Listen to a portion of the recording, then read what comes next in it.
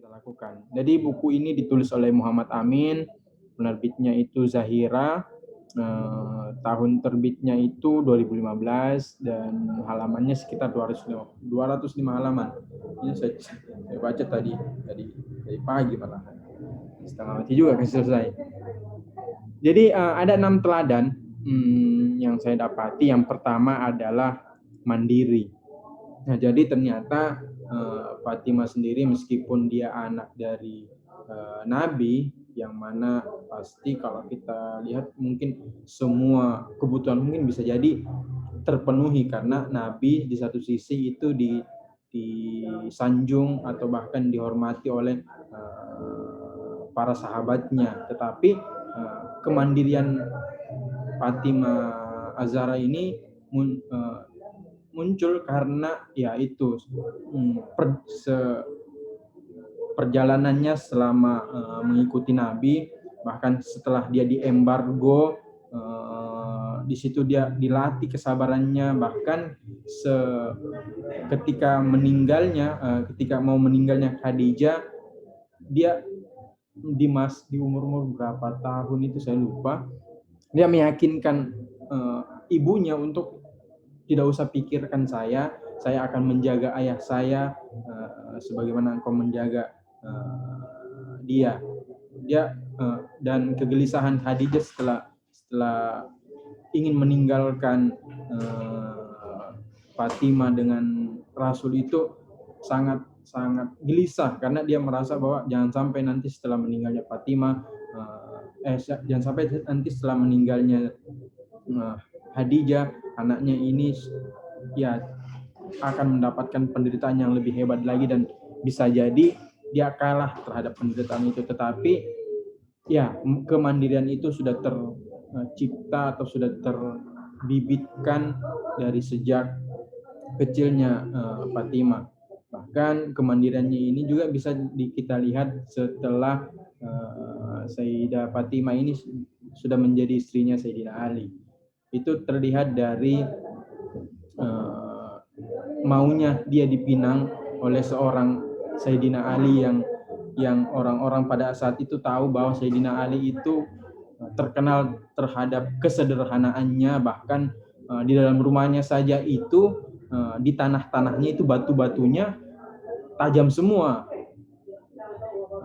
saking dia mengadaptasi hidup sederhana itu. Jadi disitulah terlihat kemandiriannya Sayyidah Fatimah.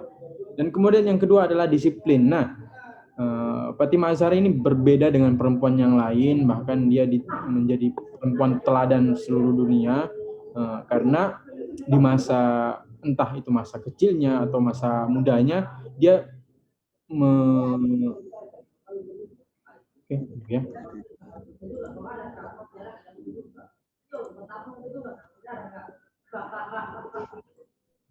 Oke. Teman-teman boleh nanti di mute ya, supaya kita bisa. Oke. Thank you. Nah, kedisiplinannya ini terlihat ketika dia masa kecilnya, masa mudanya itu dia tidak pernah sama sekali main, dia hanya sibuk belajar kepada orang tuanya, dia sibuk beribadah, dan ini juga menjadi kritikan juga terhadap perempuan-perempuan yang mencoba untuk memperlihatkan tubuhnya yang begitu seksi dan segala macam. Dia tidak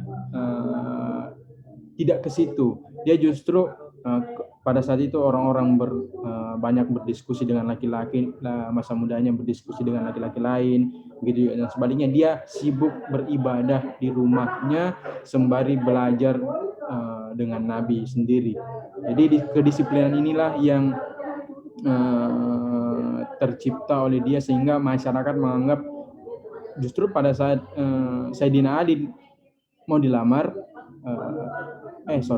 Fatimah mau dilamar, ada warga yang bilang begini sama Fatimah, bukankah engkau perempuan yang paling terbaik di muka bumi, kenapa kau mau menerima pinangan dari seorang yang hidupnya sederhana, bahkan dia lebih mementingkan orang lain daripada dirinya sendiri.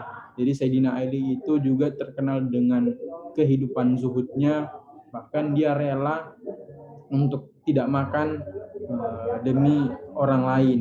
Jadi kita bisa ambil teladan dari itu semua. Nah, kemudian dari sabar. Yang ketiga adalah sabar. Jadi dalam perjalanannya Fatimah menemani Nabi Muhammad tentunya juga kesabarannya juga terlihat, bahkan ketika dia juga menjadi istri dari Sayyidina Ali. Pada suatu ketika Fatimah Az-Zahra ini mencoba untuk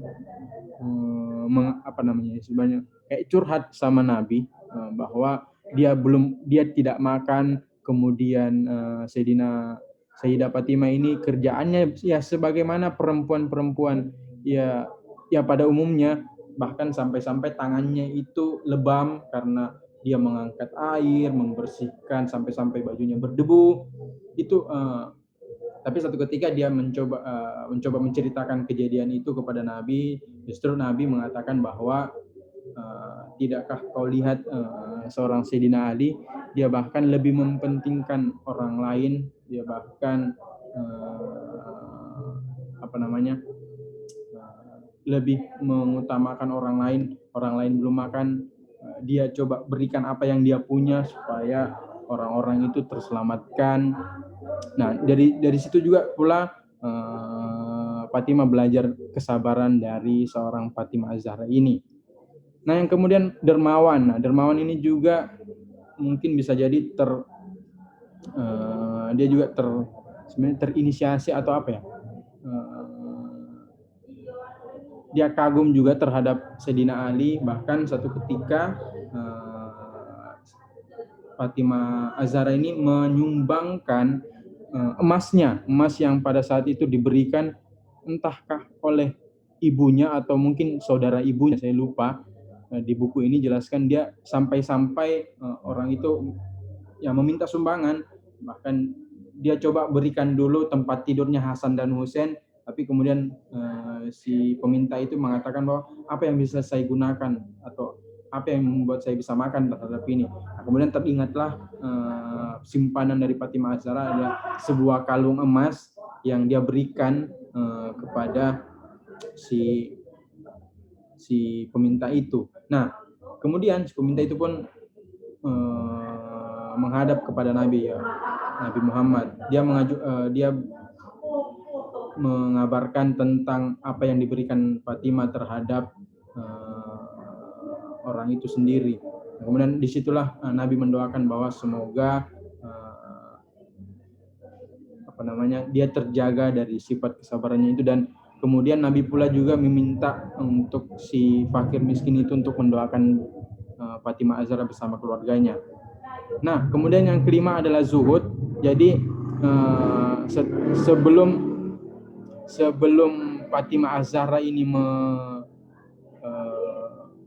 mengafirmasi pinangannya dari Sayyidina Ali, dia sudah tahu bahwa konsekuensi hidup bersama Sayyidina Ali akan sederhana.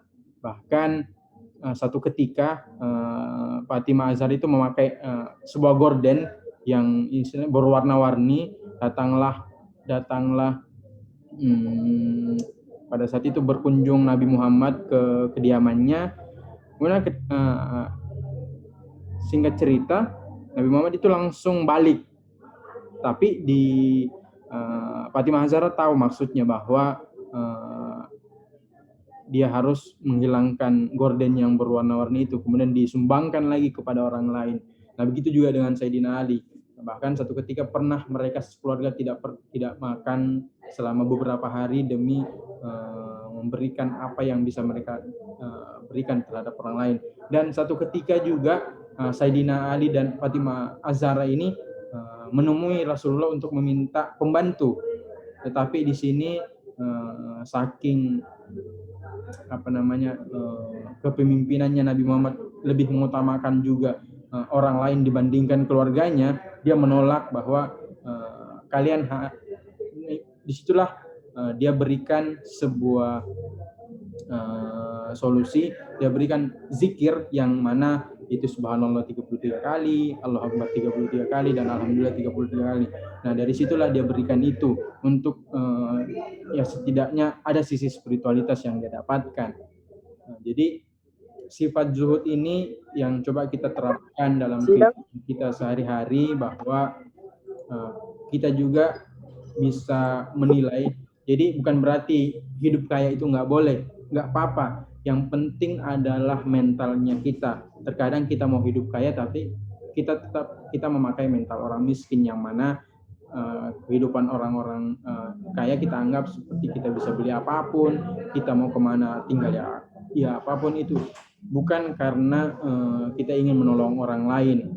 Nah, jadi zuhud yang dimaksud ini adalah kalau bisa hidup sederhana ya nggak apa-apa juga. Itu demi menjauhkan diri kita dari sifat tamak, sifat yang selalu ya mendahulukan diri kita, sifat egoisnya juga tentunya. Jadi kita harus bisa menerapkan hidup zuhud seminimalisir mungkin aja. Misalnya belajar aja hidup zuhud, bahwa misalnya kalau ada makanan di rumah ya makan aja yang ada di rumah. Kalau mungkin nggak suka ya makan aja yang tidak terlalu memberatkan dirinya kita. Jadi jangan terlalu selalu mengikuti hawa nafsu, karena itu juga berakibat terhadap pembentukan akhlak kita ke depannya. Nah, kemudian yang terakhir adalah jujur. Ini adalah teladan dari seorang yang bisa kita ambil dari Fatimah. Dia apapun yang dia rasakan, dia mencoba untuk mengungkapkan. Seperti misalnya dia mengungkapkan tentang dia belum makan, dia ceritakan kepada Nabi. Kemudian sifat jujur ini juga harus kita terapkan dalam kehidupan kita, karena yang menentukan orang percaya terhadap kita atau tidak ya kejujuran itu sendiri. Jadi 6 teladan Fatimah ini yang coba saya rangkum, karena sebagian dalam buku ini cuma berisi tentang bagaimana Khadijah di dalam masa kandungan. Kemudian ada peristiwa Ghadir Qum yang dimana di situ juga berisi tentang Nabi Muhammad memilih pemimpin setelah dia, yaitu Sayyidina Ali. Ini juga masih ada perdebatan juga, bahkan sampai-sampai ya ada perdebatan yang nanti kita akan bahas di diskusi-diskusi yang lain. Jadi itu mungkin yang bisa saya sampaikan. Jadi silakan teman-teman baca bukunya. Bukunya ini ya bisa banyaklah kesedihan dalam buku ini yang kita dapati. Thank you untuk teman-teman semua. Sorry kalau ada salah-salah kata. Saya akhiri. Assalamualaikum warahmatullahi wabarakatuh.